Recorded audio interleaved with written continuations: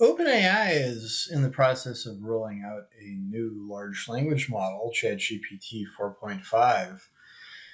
I found this moment a great one to talk a little bit about. There's this parade of models. What do we make of this constant drip of information? How do we look at this particular model? And then I think it's really interesting to talk about how these things are a little bit graded on a curve for business optics purposes. And what is that curve and how does it differ for different actors? So, to begin, if you've noticed, there's constantly news in the AI world about some new model. It tends to drive a lot of media conversation, I think in part just because it's something that's happening all the time to write about. I think it's worth noting these new models are both pretty important and really not important at all, in that the technology does have some warts. It could stand to get better. There's always more axes it could get better on. Probably eventually there'll be models that are good at one thing and not another, and that'll be clearer. So technical progress is great. What is there long term that matters in these little dollops of technical progress? Not a whole lot that's all that worth it. It's really fun news if you're just following the space. If you were building an application that used LLM inside and you had some relatively complicated prompting, it's almost a pain in the butt, all these new models, because you don't want to change the model constantly. You might have to tweak all your prompts, or who knows. In general, if you have a piece of software you want to fix whatever library you're using for each purpose that you know works and leave it alone.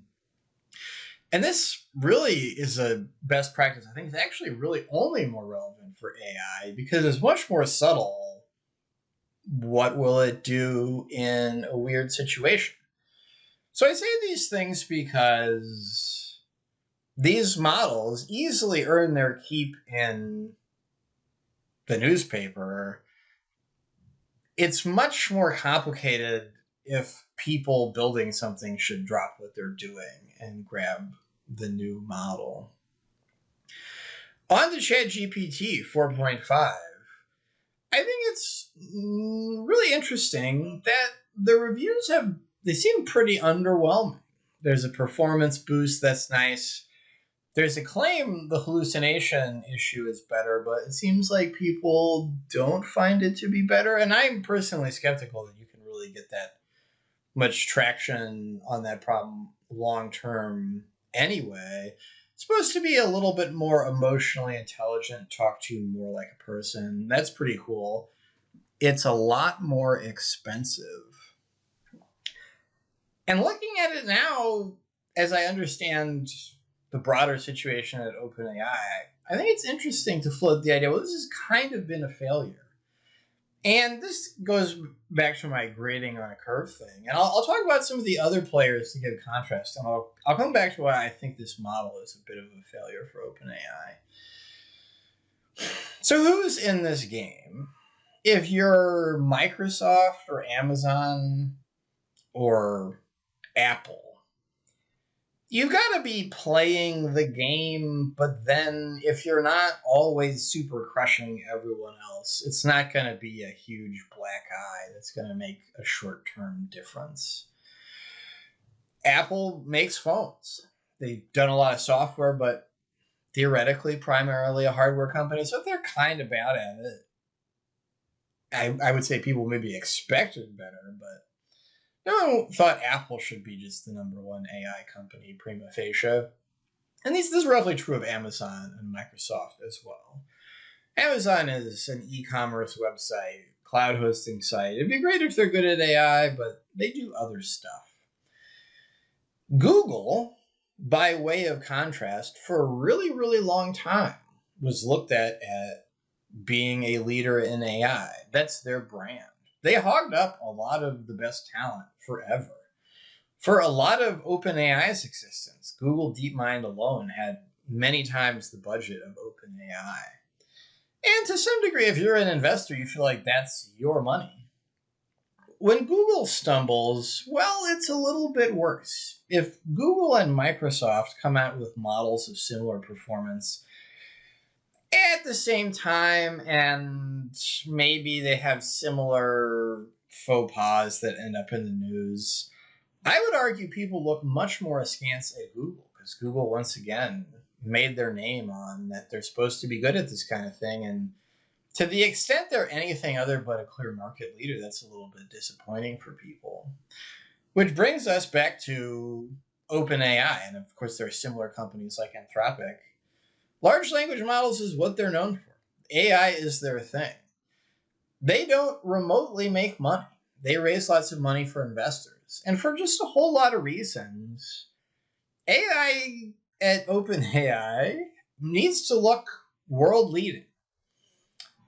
People who are skeptical of them will point out, and they're not wrong, Meta, also vaguely a board leader right now, gives away open source LLM for free and does you the added service of it's open source, so you can poke at the insides if you feel you need to do that.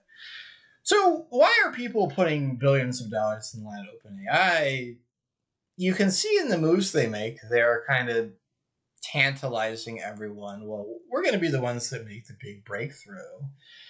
So it's relatively super important for them that when these new models come out, they really are cool new models that are better than everyone else's. And it seems preliminary reviews on this new model are not that they're bad, but they're just kind of meh. I'm not excited. If I was building an application, I'm certainly not going to drop what I was doing with my old model and redo all my prompts for this new model.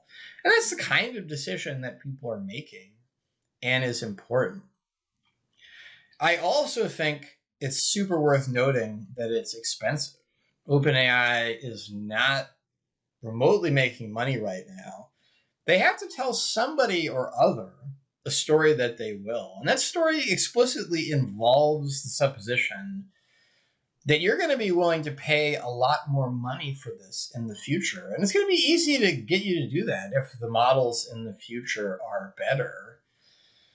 At times, the cost per token between OpenAI's top model and their second best has been 32x. So that's a huge difference.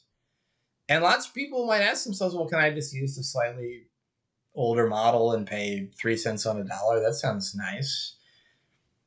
OpenAI has a lot on the line in terms of their new models differentiating themselves from their old models. And it looks a little bit in this case like they've failed to do that. And if this is the way things continue to play out, in the long haul, they could be in a bit of trouble. Once again, taking in that skepticism a lot of people have that says, hey, Meta's giving this away for free. Why am I paying you so much for it? Certainly, this is a topic that's going to come by again, and you're going to see these models out there coming one after another from the labs. I think it's pretty complicated, actually. Well, like how good do they have to be to mean something beyond the AI media?